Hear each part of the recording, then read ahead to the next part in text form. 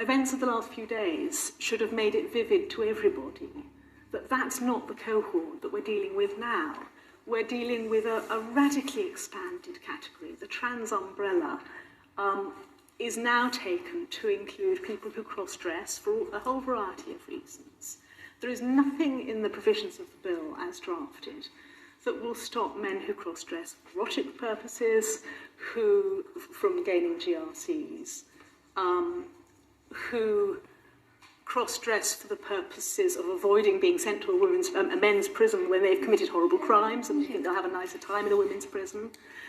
Who simply enjoy the exercise of power that they feel by transgressing women's boundaries. No, there are no controls that stop those people. So we don't know. You don't know. I don't know what the numbers are going to be.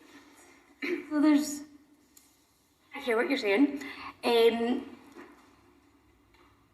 But some people would argue that it's not necessarily the case that anyone who's going to go through the process to gain a GRC would be predatory.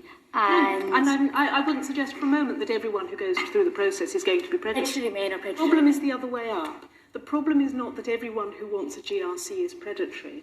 The problem is that there is nothing in the process proposed to stop predatory men like Isla Bryson from getting a GRC and using it to terrify services that might want to say, no, this is a women-only space, because it makes the legal route, at the very least, and I think Michael and I part company slightly here on the legal complexities of how the single-sex exceptions operate, but on any view, it makes it more complex for service providers or for people like the beauty training course that Isla Bryson went on.